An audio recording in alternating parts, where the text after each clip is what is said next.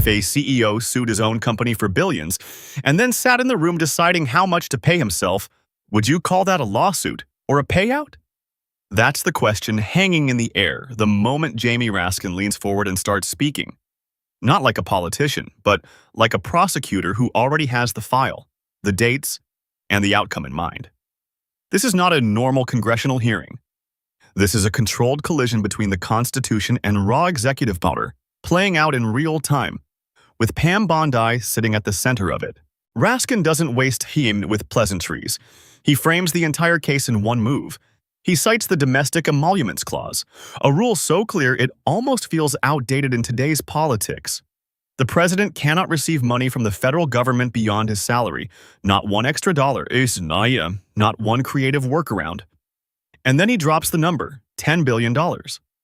$10 billion that Donald Trump is demanding from the Internal Revenue Service, not from a private party, but from his own government, the same system he ultimately oversees. Raskin doesn't raise his voice. He tightens the logic. If the president is the one who makes the deal, and the Department of Justice works under that same executive authority, then who exactly is negotiating with whom? And this is where the hearing stops being theoretical and starts becoming uncomfortable. Because Jamie Raskin doesn't let the numbers sit there as a headline, he turns it into a test of consistency, a stress test for the logic that Pam Bondi is expected to defend. He narrows it down to a single question, almost surgical in its precision. Would it violate the Constitution if a president, through his own subordinates, settled a case that pays himself billions from the federal government? Not a speech, not a rant, a yes or no, and what he gets back is not an answer. I'm not going to discuss pending litigation. That phrase lands like a shield, but it doesn't hold up under pressure. Because Raskin isn't asking about strategy, he's asking about legality, about a constitutional boundary that exists regardless of whether a case is active or not. So he pivots, and this is where the receipts begin to stack. He acknowledges the premise. Yes, the tax returns were leaked. Yes, a private contractor, or Charles Littlejohn, is already in prison. The violation happened. The system responded. Accountability, at least on paper, was enforced, but then he widens the frame. If embarrassment over leaked tax returns can be argued into a $10 billion claim, then what is the standard when the harm is not embarrassment but danger? And now the hearing changes shape again. Because this is no longer about money, it's about people who were promised protection and then exposed. Because now Jamie Raskin shifts the frame in a way that Pam Bondi cannot easily deflect. And he does it without raising his voice, without changing tone, just by changing the subject from abstract billions to identifiable human risk. He brings up the survivors connected to Jeffrey Epstein, people who made a deliberate choice never to reveal their names, people whose anonymity was not just respected, but written into federal protections, a promise backed by law, not courtesy. And then he lays down the contradiction. Their names were released, their phone numbers were released, their home addresses were released. Not rumored, not speculated, released. So now the logic tightens again, and this is prosecutorial mode in its purest form. Because Raskin doesn't argue emotionally, he forces a comparison that the system itself cannot escape. If a leaked tax return, something embarrassing, yes, but ultimately financial, can be argued as damages worth $10 billion, then what is the value of safety? What is the value of anonymity for someone who has already been victimized? What is the value of a promise made by the government when that promise is broken by the same system? Bondi doesn't answer that question. Instead, she pivots to something else entirely.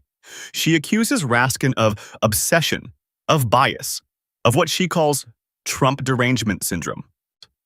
And that moment matters.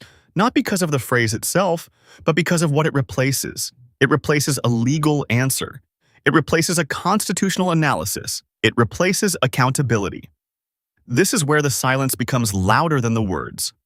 Because every second spent attacking the questioner is a second not spent answering the question. And in a 5-minute hearing, that's not a coincidence. That's a strategy. And Raskin sees it. He cuts it off. I'm not yielding to you right now. That line isn't dramatic, but it resets the structure of the room.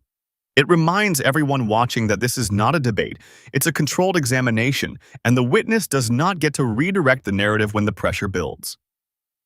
Then he does something even more precise. He teaches the rule out loud, on record. We ask you a question, you answer it.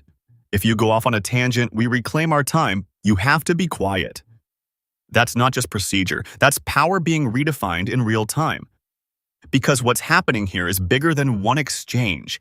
It's about whether the rules of oversight still apply when the subject of that oversight controls the system being questioned. And then comes the detail that turns discomfort into exposure. Raskin names a defendant, Chase Mulligan, a predator operating in Bondi's own district. And Bondi doesn't recognize the name. That's not a small oversight. Because when the Attorney General cannot identify a criminal case in her own jurisdiction, while simultaneously defending the legal posture of a $10 billion claim tied to the president, the priorities stop being theoretical. They become visible, and the contrast is unavoidable. One side is stacking documents, dates, statutes, victims. The other side is deflecting, attacking, and missing specifics that should be basic. That's not partisan. That's structural. And this is the moment where the hearing stops being about who scored points and starts revealing what kind of system is actually operating underneath. Because Jamie Raskin doesn't end on outrage, he ends on structure, on enforcement, on whether the machinery of law still functions when it's pointed upward instead of downward. He asks about a joint task force, federal, state, local, something concrete, something measurable, something that would actually pursue crimes against victims instead of debating them in abstract terms. And that question hangs there, unanswered in any meaningful way, because by now the pattern is clear. When the issue is $10 billion tied to Donald Trump, the system mobilizes language, defense, complexity.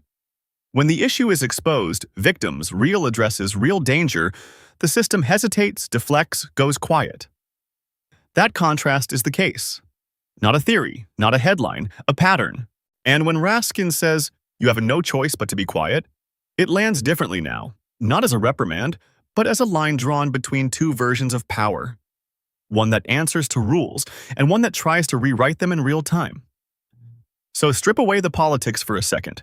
If a president can negotiate a payout with a system he oversees, if constitutional limits become pending discussions, if victims become secondary to financial claims, then what exactly is left of equal application of the law? Because this isn't about parties. It's about whether the rules apply when it's inconvenient.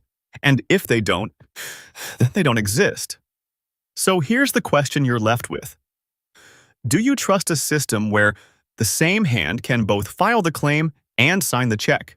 If you think this matters, don't just watch.